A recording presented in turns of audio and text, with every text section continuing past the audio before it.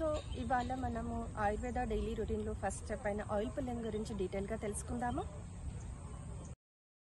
లేచిన వెంటనే ఏంటంటే ఎంటీ స్టమక్తో బిఫోర్ బ్రషింగ్ టీత్ ఒక teaspoon of olive oil కానీ, సెసామే ఆయిల్ కానీ, లిన్సీడ్ ఆయిల్ కానీ, కోకోనట్ ఆయిల్ కానీ తీసుకొని నోట్లో పెట్టేసుకొని ఆయిల్ పిల్లింగ్ అనేది చేయాలి. దీనివల్ల చాలా యూజెస్ ఉన్నాయి. ఏంటి అంటే మనం నైట్ మొత్తం పడుకొని ఉంటాం, దానివల్ల నోట్లో బ్యాక్టీరియా ఫామ్ అయి ఉంటుంది. ఆ బ్యాక్టీరియాని తొలగిస్తుంది, మన టీత్ని వైటన్ చేస్తుంది, అండ్ మన గమ్స్ని స్ట్రెంగ్తన్ చేస్తుంది. మనకు అంటే ఓరల్ స్మెల్ వస్తూ ఉంటుంది మౌత్లో, సో దాన్ని నివారిస్తుంది. అండ్ మనకి ఏమన్నా ఓరల్ క్యావిటీ రిలేటెడ్ డిజార్డర్స్ ఉంటే వాటిని తగ్గిస్తుంది. సో బట్ మనం దాన్ని ఎప్పుడైనా ఆయిల్ని మింగకూడదు.